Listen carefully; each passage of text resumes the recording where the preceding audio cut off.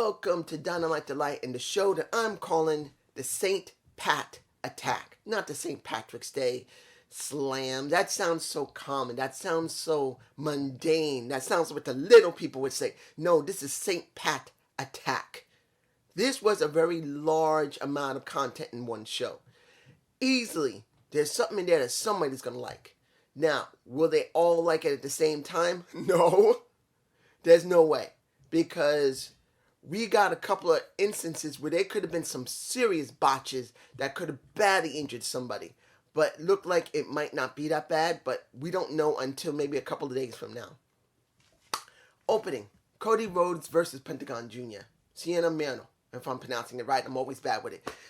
Look, I wanted a couple of weeks to a month's build going into this. But we didn't get that with Pentagon Jr., unfortunately. They are going to continue it because it's obvious after what happened in the match. It's going to continue. So I'm cool with it. But I would have liked it a little bit more than just 1 week before. You got Penta trying to break the arm of Cody. He really wanted to break that arm. Cody was Cody. Not selling all the time. Neither was Penta. And in the end, you got... Well, let's put it in this case. You thought that Pentagon Jr. was going to win. I didn't see him winning. But afterward, he started beating down on Cody. Cody couldn't defend himself. The Nightmare family comes out, except for QT Marshall, who comes out last, at least a couple of minutes after when everyone's angry at him. I'll say this, they're still going with the QT Marshall bit, and it will be interesting if QT Marshall is going to team up with Pentagon Jr. It kind of makes sense if he does go to Penta. I think it would be the wisest thing. Since Penta is not in Death Triangle right now, he's on his own. It makes sense he has someone to watch his back next to his interpreter. That's just me. You guys tell me below. We had the first near, I hope, no botch, but near botch of the night. Jade Cargill. Sorry, not Jade Cargill. Cargill versus, what was the girl's name? Jordan? I can't remember her first name. A jobber from AEW Dark. This girl got jobbed out in record time. Within about a minute, she's done. But here's the thing, and it's in my face. At least 1 or 2 shots of it in my face. Jade does pretty much a throwaway German suplex. That's what she did. And she really ended her up very, very close to where her neck was, not her neck. The girl's chin was in her breast. That's how far it looked. Now, I could be wrong because I haven't fully looked at the shot again. But her chin looked like it was right about here when she got thrown. I'm hoping she's fine. But this just proves that Jade is very green. But also Jade is very over. This is how they do it in wrestling. If you're really good, they will make it short, sweet, to the point. But if you're greenish, really greenish, they try to hide it by making the matches very short as well. So she looks like she could be very over. But she also looks, she's very green. And I'm taking nothing from her. They said this is her second official match. She's never had matches either, I'm hoping, just in AEW. She's never had matches, period. And this is her second match after training. It makes me very nervous that this girl, being as strong as she is really not ready for this. And I'm not saying that she doesn't have ability to learn quickly like a Kurt Angle. She's got ability. She's incredibly strong. This woman will break a guy's back. And I think with the Sleg Daddy, he wants her to be breaking him. He wants those legs wrapped around his face and to crush him like this. That's what he wants. That's what most men and women want too. But the point is, she is green. You could see it. As much as she got incredible talent, she's green. Let's just hope she doesn't overdo it and really hurt somebody. I don't want her to end up like a Nia Jax. That's just me. You guys tell me below. And I know you're going to get angry. Why are you doing Nia Jax? You get my point.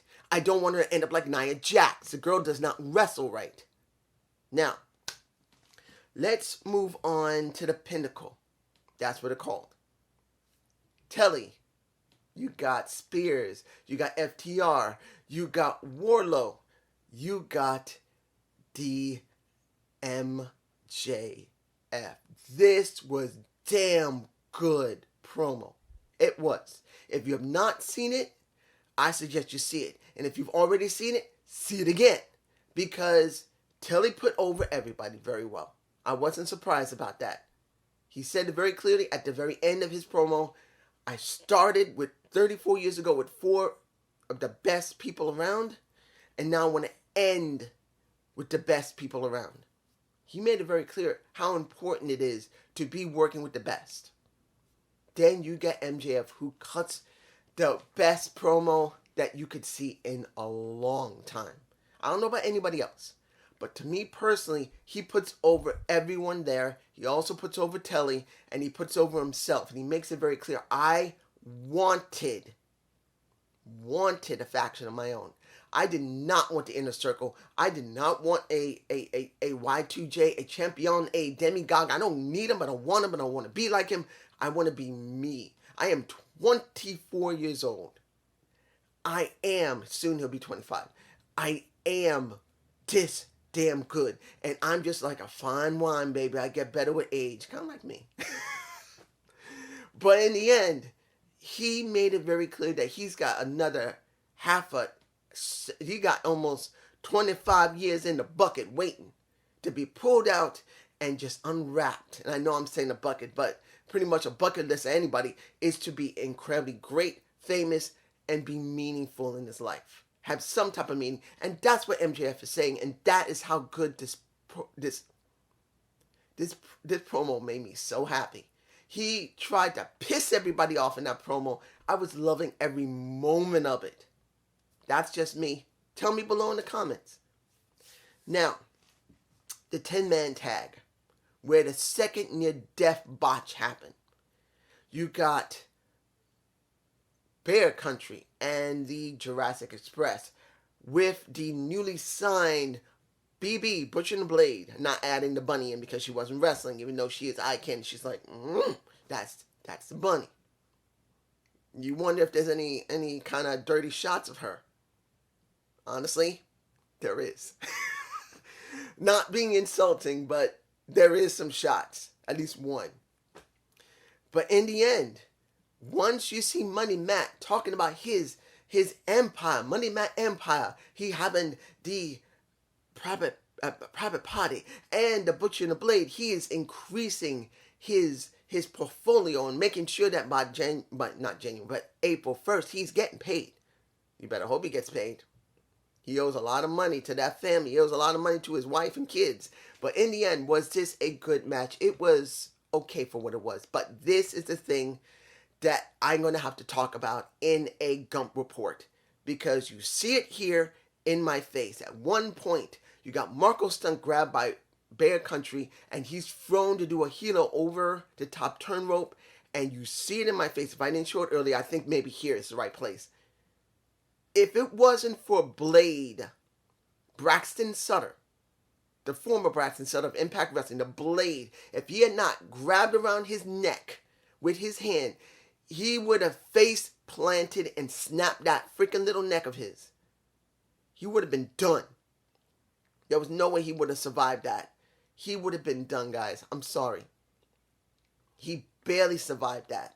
And I am going to be bringing something up in my Gump report. I think I'm going to film it right after this. I got to do it. Was it a good match? Like I said, it was okay for what it was. And in the 10-man tag, the heels won, which I wasn't too surprised. Money Matt had to win because he already lost at the pay-per-view. He's got to win. He needs a win. It'll really help him as a win. Let's move on.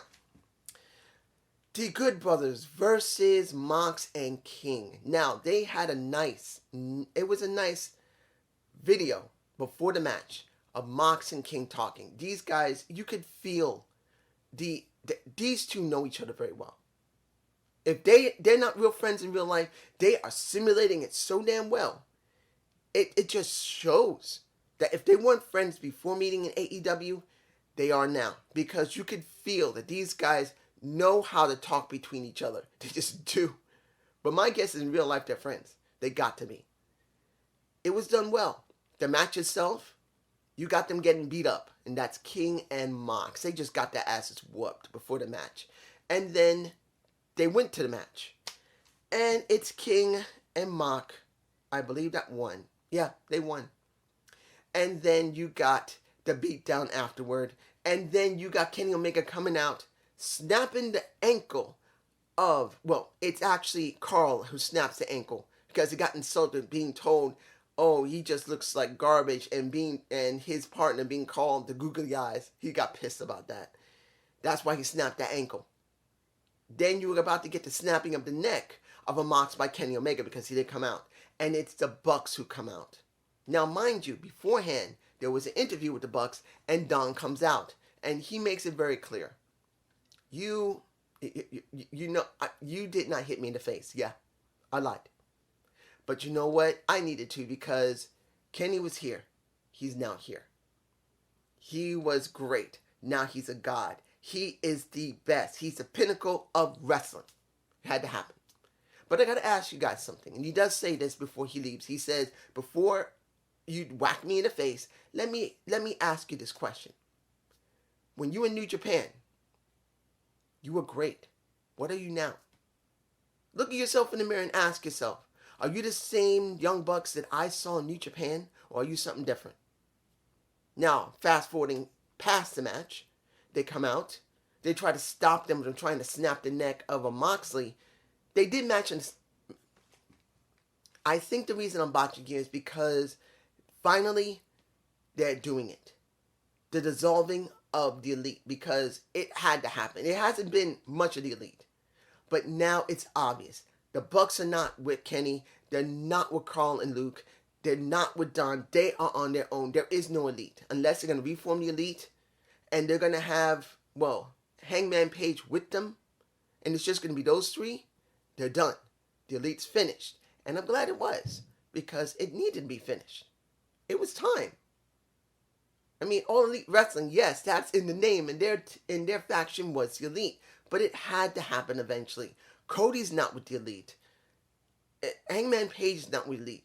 Carl, Luke, they're not in the Elite. They're with Kenny and Don in the club, the Bullet Club, because they are working with New Japan Pro Wrestling, even though they're not saying it. It's okay. That's what we got. Now, Christian had his interview. And as I said, Christian had to do an interview talking about what he was going to do. He says he's coming after Kenny. He wants that title. That he's not just a GOAT. He is the GOAT. He's not just a GOAT of wrestling. He's the GOAT of wrestling. He will outperform everyone. That's what he said. That's his catch line. And he said he's got to go for the ranks. And he's going to be coming after Kenny. Here's the thing. Am I glad to hear that he did this? Yes. I'm glad to hear that he's saying he's going to go for the ranks and do what he's going to do. But does that mean All Elite Wrestling is sticking to the ranks? No. A few people noticed they're not following the ranks anymore. Not completely. They're barely even talking about the ranking. They're basically moving away from the ranking because I think they realize the ranking system is great. It makes you have more of a sport feel. It does have limitations to a certain extent. But here's the thing, guys. You got a point where you got to keep your promise to the fans when you first start your company. And you need to also keep the company going and making sure it's balanced. Having it only with the ranking was going to be an issue. Having it now going totally away from the ranking is also an issue. They need to find a happy area where they can do some of the ranking, but also going away from it. They got to figure that out. Because if they go too far away from the ranking, they're going to be totally pissing off their fan base. This is what's going to happen. But they can't stay with the... They can't stick with the ranking system 100%. Because if they want to expand beyond the hardcores that brought them to the table, because they need to, they got to find it. They got to find a nice area where they're going to please a bit of hardcore and please a bit of casuals. They must find that nice area where both sides, the casuals and the hardcore, will be generally happy, but they won't be 100%. That will work. That's how the WWE did it long ago with the Attitude Era. Let's just hope they figure it out. Scorpio Sky had his moment, explaining why he basically tried to do the heel hook to destroy. Well, he mainly said this: I have been a nice guy. I didn't want to be like every nice guy finished last. I tried to prove that it's not always that, but I couldn't. I'm done. I'm finished. I am one of the best. I can prove it, and I'm going to prove it. I'm coming after Derby. I want that damn title. I want what is mine. That's what he said. And that's not bad. I enjoyed it. Let's move on. I'm shooting through all these because there's a lot here, guys. I want to get to the main event. You clearly had the Sting and Darby Allin segment, which was a clusterfuck. I'm sorry. I don't agree with it. I don't. It had good stuff in it, but going from one segment to another segment, then another segment, and then another was too much. They should have been in their separate segments. Look, Sting comes out with Darby Allin. Darby Allin makes it very clear, I am one of the best. Not because I say it, because I proved it. But you know what? I'm not the total best, even though I am one of the best. Because I've only had 3 defenses, and that pisses me off. Now me and Team Taz are done. I'm being unfortunately, a fighting champion. And in honor of the greatest TNT champion in history, Brody Lee, I'm offering the first title defense from this moment of the open challenge to the Dark Order. And by that moment, Archer comes out. This he's already done once already, and I don't agree with this. This is not necessary. I mean, sometimes it is. I'm not going to lie. Having one segment going into another. And it is refreshing at certain points, but if you overdo it too much, you're going to piss off people. Having Archer come out was wise. He's making it clear he's messing with Sting, and he's messing with Allin. He wants to make sure of it. And still, Jake Roberts is by his side, and I just don't see why he's there. I just don't see why he's there. Because Lance is talking on his own now, more and more every time, and it just feels awkward once Jake Roberts is talking. I don't agree with it. Jake really needs to move on to somebody else that really needs his gift of gab. But then while this is going on, Team Taz comes out. And Team Taz is saying, we're not done yet. But then, finally, 2 things. Another break-in, which I don't agree with, but I do at the same time. Now that's 4 segments. You got a Brian Cage going up to Sting. Pretty much saying, you know what? Our match, Starks was wrong. You are the man. I respect you. You got my respect. And Team Taz gets pissed off at Brian Cage. What that means that Brian Cage may be finally breaking away on his own. That's a good thing. But with 4 segments in one, it's okay.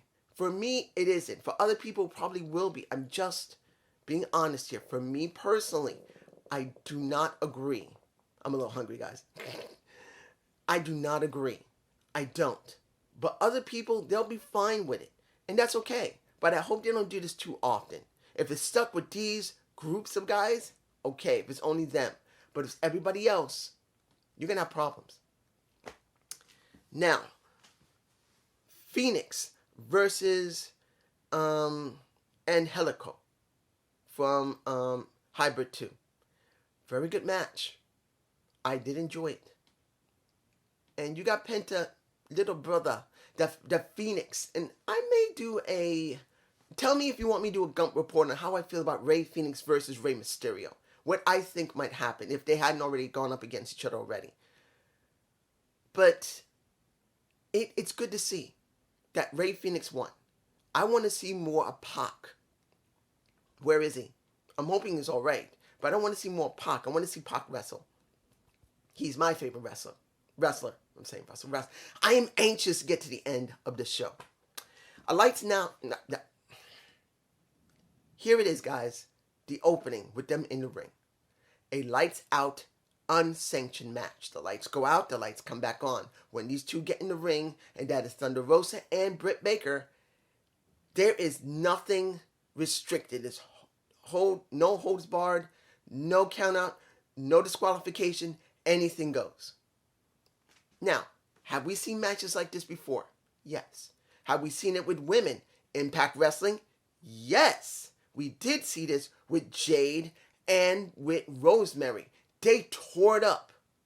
And is this match as a caliber of Jade and Rosemary? Yes. Look, I'm not fond of Britt Baker's persona. I don't like it. Everybody else is fine with it. I'm not. But I've never taken 100% away from her working in the ring. Did she do great in this match?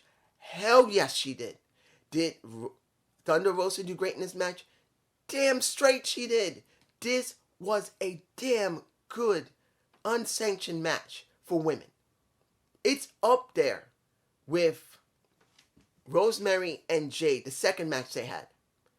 It's also up there with Tessa Blanchard as well as the... I miss Taya Valkyrie. When is she coming on TV? I may just look at NXT just to see her and see how they book her. Are they going to change her name or not? I want to see Taya. You guys can tell me if Taya shows up. I want to see Taya. That's my woman. I love my woman. I just hope they're going to treat her right. Please don't treat her bad. But the point is, that is on the caliber of this. This match is going to bring the ratings from here. Before it is going to be here. There is no way that NXT is going to even come close to this. They don't stand a chance. There was blood from both competitors. They had thumbtacks. You saw Britt Baker's back completely littered, and I think I got a shot of it. I'll put it in my face. If I don't, sorry guys. But all in her back. You don't see that from women often. With only just... When it came to Rosemary doing that stunt of having thumbtacks in the back, she wore full piece clothing. Her full suit. In this case, Britt Baker was wearing nothing but her top.